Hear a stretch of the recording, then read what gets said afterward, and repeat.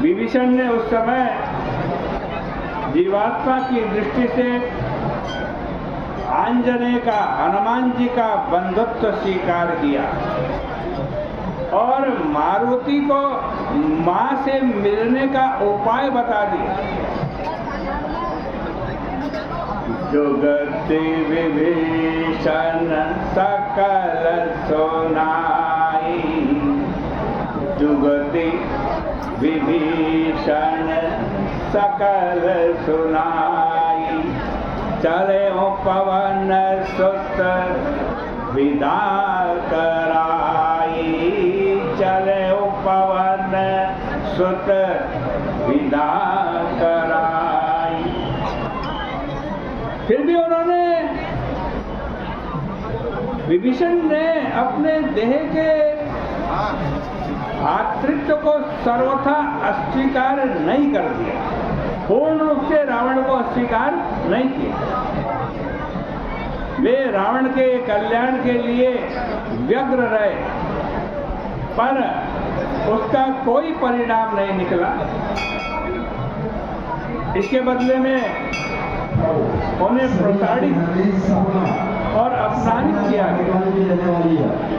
विभीषण और सुग्रीव दोनों के प्रसंग में यही तथ्य सामने आता है, जैसा सुग्रीव वैसा विभीषण, जैसा विभीषण वैसा सुग्रीव, दोनों एक जैसे।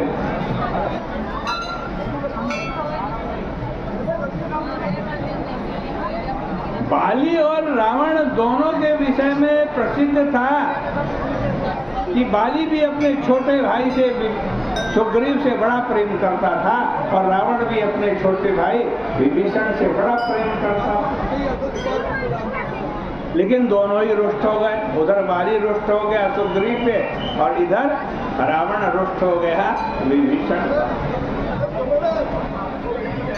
दोनों ने अपने भाई को, छोटे भाई को दंडित किया। बाली ने भी दंडित किया, राज्य से निकाल दिया, और रावण ने भी दंडित किया, विभीषण को लात मार करके अपने राज्य से निकाल दिया।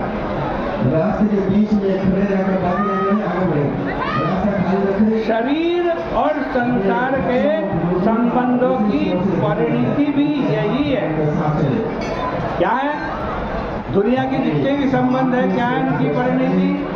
भारत मीत सकल जग माही, स्वार्थ मीत सगर जग माही, सपने हो प्रभु परमारथ नाही, सपने हो प्रभु परमारथ नाही।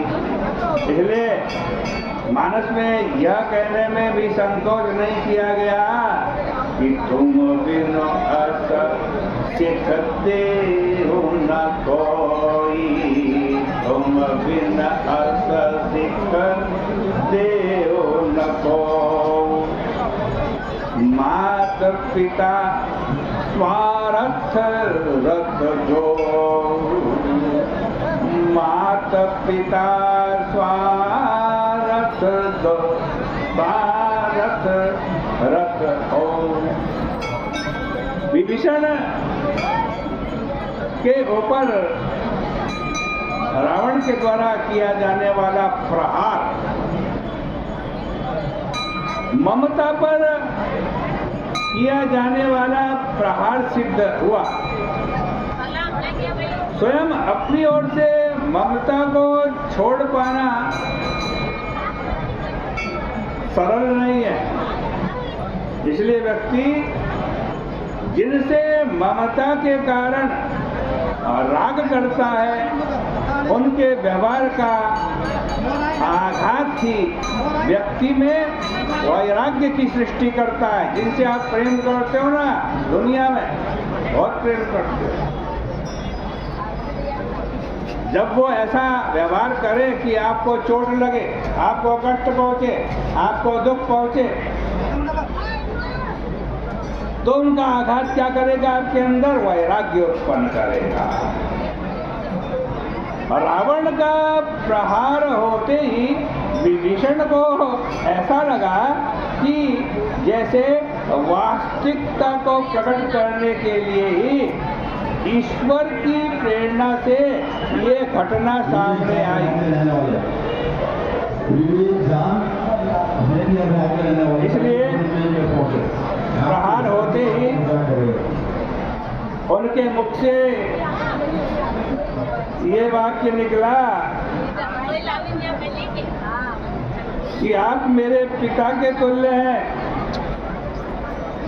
इसलिए रावण को कह रहे हैं विभीषण कि आप मेरे पिता के तुल्य हैं, इसलिए तुम्हारी लात का प्रहार भी मेरा कल्याण होगा। तुमने जो मुझे लात मारी ना, इससे भी मेरा कल्याण ही होगा।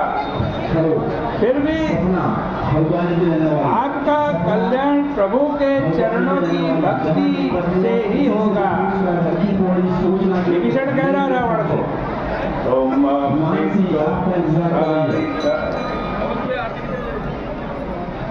तुम पितु सारिता भले ही मोहि मारा, तुम पितु सारिता भले ही मोहि मारा, राम भजे हित नाथ तुम्हारा। भले ही रावण को कह रहे कि भले ही तुमने मुझे लात मार दी, फिर भी मैं तुमसे कहता हूँ कि राम जी की भक्ति करने पर ही तुम्हारा हित हो। ईश्वर की कृपा का इससे बढ़कर प्रत्यक्ष प्रमाण क्या हो सकता है कि रावण ने विभीषण को बंदी नहीं बनाया, मृत्यु दंड नहीं दिया, इसके स्थान पर देश से निकाल दिया। राजनीतिक दृष्टि से यह अधिक स्वाभाविक होता कि रावण उन्हें कारागार में डाल देता, क्योंकि विभीषण लंका के सभी भेदों से परिचित है। ऐसे अवसर पर जब एक महान युद्ध लड़ा जाने वाला हो, उस समय भेद जानने वाले को शत्रु के सन्निकट जाने देना राजनीतिक मूर्खता का ही परिचायक है। पर रावण का आत्मविश्वास, उसकी मदोन्मत्तता की सीमा उस सीमा तक पहुंच गया कि रावण सोचता है मेरा भेद भी लेकर कोई मेरा क्या बिगाड़ सकता है।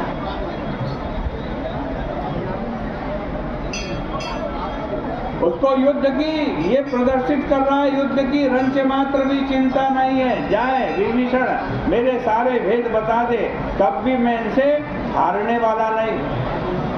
लंका के भेद पाकर भी तुम मुझे परास्त नहीं कर सकते हो, लंका अभेद्य है। रावण की ऐसी बुद्धि हो जाना यह सिद्ध करता था कि प्रभु विभीषण को शरण में लेने के लिए व्यग्र हैं, और विभीषण हर्षित होकर के आज चलने के पीछे बड़े प्रसन्न होकर के राम जी से मिलने जा रहे, उसका यही रहस्य है।